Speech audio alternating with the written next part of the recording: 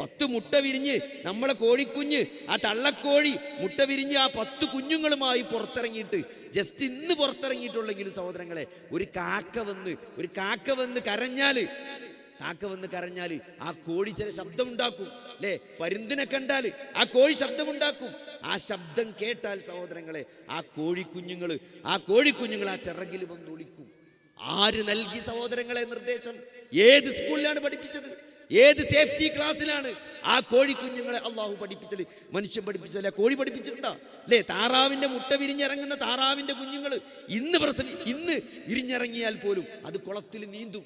ആരാണ് നീന്തം പഠിപ്പിച്ചത് അല്ലേ? ആ മുട്ടക്കുള്ളിൽ ഏത് സ്വിമ്മിംഗ് പൂളാണുള്ളത് സഹോദരങ്ങളെ അല്ലേ? എത്രയോ ആയിരക്കണക്കിന് വർഷങ്ങൾക്ക് മുമ്പ് ഫിർഔനിന്റെ കൊട്ടാരത്തിൽ വന്നിട്ട് ഖാല വമൻ റബ്ബുകുമാ യാ മൂസ, ഖാല വമൻ റബ്ബുകുമാ യാ മൂസ, അല്ലയോ മൂസ, നിങ്ങളുടെ രണ്ടുപേരുടെയും റബ്ബാരാണെന്ന്, ആരാണെന്ന് ഞാൻ അന റബ്ബുകുമുൽ അഅല എന്ന് പറഞ്ഞ ഏറ്റവും അഹങ്കാരിയായ ഭരണാധികാരി ഫിർഔൻ ചോദിച്ചൊരു ചോദ്യമുണ്ട്. അതിനുള്ള ഉത്തരം വിശുദ്ധ ഖുർആനിലൂടെ ലോകാവസാനം വരെ നമ്മളെ കൊണ്ട് അള്ളാഹു ഓദിപ്പിക്കണം. എന്തിനാണ് അല്ലേ? ആരാണ് റബ്ബ്? റബ്ബുനല്ലദീ അഅ്താ കുല്ല ശൈഇൻ ഖൽഖഹു സുമ്മ ഹദാ. വല്ലാത്തൊരു വാക്കാണ്. ഏത് ജനറേഷനിലെ ഏത് കാലഘട്ടത്തിലെ മനുഷ്യനും അവന്റെ ബുദ്ധി കൊണ്ട് കോംപ്രിഹെൻഡ് ചെയ്യാൻ അല്ലേ, സയൻസ് ഏറ്റവും അഡ്വാൻസ് ചെയ്തു എന്ന് നമ്മൾ അവകാശപ്പെടുന്ന ഈ ഒരു കാലഘട്ടത്തിലും നമ്മളെ ബുദ്ധി കൊണ്ട് കോംപ്രിഹെൻഡ് ചെയ്യാൻ പറ്റുന്ന വിശാലമായ അർത്ഥങ്ങളുള്ള പദം റബ്ബുനല്ലദീ അഅ്താ കുല്ല ശൈഇൻ ഖൽഖഹു സുമ്മ ഹദാ. ഓരോ ജീവിക്കും അതിൻ്റെ സൃഷ്ടിപ്പ് നൽകി, അതിൻ്റെ ഗൈഡൻസ് നൽകിയവനാണ് എൻ്റെ റബ്ബ് എന്ന് പറയുമ്പോൾ 4 അമിനോ ആസിഡുകളാണ് അല്ലേ? ഒരു ബയോകെമിസ്ട്രി പഠിക്കുന്ന ഒരു മെഡിക്കൽ വിദ്യാർത്ഥിയോട് ചോദിച്ചാൽ പറയും 4 amino acid, adenine, guanine, cytosine, thymine. ഈ 4 അമിനോ ആസിഡ് കൊണ്ടാണ് DNA എന്ന വലിയൊരു സ്ട്രക്ചർ ഉണ്ടാക്കിയിട്ടുള്ളത്.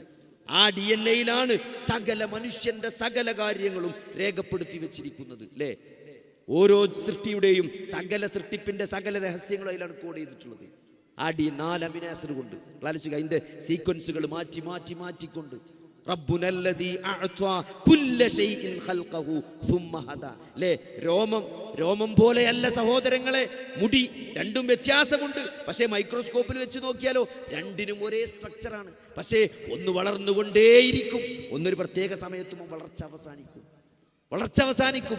ഇതൊക്കെ അള്ളാഹുവിന്റെ ദൃഷ്ടാന്തങ്ങളാണ് അല്ലേ? അള്ളാഹു 2 തരം ദൃഷ്ടാന്തങ്ങൾ മനുഷ്യന് നൽകിയിട്ടുണ്ട്. ഒന്ന് ഈ പ്രപഞ്ചമാണ് അല്ലേ? ഈ പ്രപഞ്ചം മുകളിലോട്ട് നോക്കിയാൽ അറ്റം കാണാത്ത പ്രപഞ്ചം. 1977 നാസ വിക്ഷേപിച്ച വോയേജർ എന്ന ബഹിരാകാശ പേടകം ഇപ്പോഴും ഇന്റർസ്റ്റെല്ലാർ സ്പേസിലൂടെ ചലിച്ചുകൊണ്ടിരിക്കുകയാണ് അല്ലേ? ഇപ്പൊ എന്താ സംഭവിച്ചത്? അതിന്റെ കണക്ഷൻ വിട്ടുപോയി. അവിടുന്ന് അയക്കുന്ന ചിത്രം ഇങ്ങോട്ട് കിട്ടൂല. പക്ഷേ അതിന്റെ പ്രയാണം അത് തുടർന്നുകൊണ്ടിരിക്കുകയാണ്. എത്ര കാലമായി സഹോദരങ്ങളെ? ചെല്ലുന്തോറും അറിയാനുണ്ട് എന്ന ഓർമ്മപ്പെടുത്തൽ, പഠിക്കുന്തോറും ഇനിയും പഠിക്കാനുണ്ട് എന്ന് നമ്മളെ ഓർമ്മപ്പെടുത്തുന്ന അതിവിശാലമായ അള്ളാഹുവിന്റെ സൃഷ്ടി പ്രപഞ്ചം. അതാണ് 1-ാമത്തെ ആയത്ത്. ഇന്ന ഫീ ഖൽഖിസ് സമാവാതി വൽ അർളി വഖ്തിലാഫിൽ ലൈലി വന്നഹാരി ലആയാതിൻ ലിഉലിൽ അൽബാബ് അല്ലേ? ഈ മാറി വരുന്ന രാപ്പകലുകൾ, ആകാശഭൂമി, ഇതൊക്കെ ഒരാകാശത്തിന്റെ വലിപ്പം പോലും മനുഷ്യന് തീരുമാനിക്കാൻ കഴിഞ്ഞിട്ടില്ല. നാസയുടെ ബഹിരാകാശ പേടകം അതിന്റെ കണക്ഷൻ വിട്ട് ഇന്റർസ്റ്റെല്ലാർ സ്പേസിലൂടെ ഇപ്പോൾ ഓടിക്കൊണ്ടിരിക്കുകയാണ്. കണക്ഷൻ പോയി. പക്ഷേ ഒരാകാശത്തിന്റെ വലിപ്പം പോലും മനുഷ്യന് തീരുമാനിക്കാൻ സാധിച്ചിട്ടില്ല. നിങ്ങൾ എത്രത്തോളം സയൻസ് പഠിക്കുന്നു അത്രത്തോളം നിങ്ങൾ അത്ഭുതപ്പെടുത്തും. അത്രത്തോളം ഈ പ്രപഞ്ചം നിങ്ങളെ അത്ഭുതപ്പെടുത്തിക്കൊണ്ടിരിക്കും. കാരണം അതിൻ്റെ പിന്നുള്ള വലിയൊരു സൃഷ്ടാവിനെ കുറിച്ച് അത് പറഞ്ഞുകൊണ്ടേയിരിക്കും. നോക്കി, ഈ കണ്ണ്, നിങ്ങൾ കാണുന്ന ഈ കണ്ണ് 576 മെഗാ പിക്സൽ ക്യാമറയാണ് അല്ലേ? ഏറ്റവും നല്ല മൊബൈൽ ഏതാണ്, ഏറ്റവും നല്ല സെൽഫി എടുക്കാൻ പറ്റിയ മൊബൈൽ ഏതാണെന്ന് ചെറിയ മക്കളോട് ചോദിച്ചാൽ പറയും അല്ലേ? സാംസങ്ങിന്റെ ഗാലക്സി S24 എന്ന് പറയും. അതിന്റെ ക്യാമറ എത്ര സഹോദരങ്ങളെ? അതിന്റെ ക്യാമറ എത്രയാണ്? അതിന്റെ ക്യാമറ പോലും അവിടേക്ക് എത്തില്ല. 2030 ആകുമ്പോഴേക്കും സാംസങ് കണ്ണിന്റെ പവറുള്ള ക്യാമറ ഉണ്ടാക്കുമെന്ന് പറയുന്നുണ്ട്. നമുക്ക് കാത്തിരുന്ന് കാണാം. 576 മെഗാ പിക്സലാണ് അല്ലേ? ഇവിടെ ഇപ്പൊ കാണുന്നത് 48 മെഗാ പിക്സൽ ഉള്ളൂ. അത്രയും വലിയ അത്രയും രണ്ട് കണ്ണുകൾ നൽകി സഹോദരങ്ങളെ. എന്തിനു വേണ്ടി? ഈ കാണുന്ന 2 കണ്ണുകളും ഈ കേൾക്കുന്ന 2 ചെവികളും എല്ലാം കാണാൻ സാധ്യമല്ല. അതുപോലും നമ്മളെ ഓർമ്മപ്പെടുത്തേണ്ടതുണ്ട്. വിസിബിൾ ലൈറ്റ് എന്ന സ്പെക്ട്രത്തിലുള്ള ചില ഫ്രീക്വൻസി മാത്രമേ മനുഷ്യന് കാണാൻ സാധിക്കുള്ളൂ. അൾട്രാറെഡ്, ഇൻഫ്രാറെഡ് കാണാൻ പറ്റൂല, അൾട്രാ വയലറ്റ് കാണാൻ പറ്റൂല, എക്സ്റേ കാണാൻ പറ്റൂല. വിസിബിൾ ലൈറ്റ് മാത്രമേ മനുഷ്യന് ദർശിക്കാൻ പറ്റുള്ളൂ. അതേപോലെ ചെവിയോ 20,000 ഹെഡ്സിന്റെയും ഇടയിലുള്ള സൗണ്ട് മാത്രമേ നമുക്ക് കേൾക്കാൻ പറ്റുള്ളൂ. 20 താഴെയുള്ള ശബ്ദങ്ങൾ നമുക്ക് കേൾക്കാൻ പറ്റൂല. 20,000 മുകളിൽ നടക്കുന്ന ഈ ആകാശ സൗരയൂഥത്തിൽ നടക്കുന്ന വലിയ വലിയ ശബ്ദങ്ങൾ നമുക്ക് കേൾക്കാൻ സാധ്യമല്ല. ചെറിയ ഫ്രീക്വൻസി മാത്രമാണ് മനുഷ്യന് അല്ലാഹു നൽകിയത്.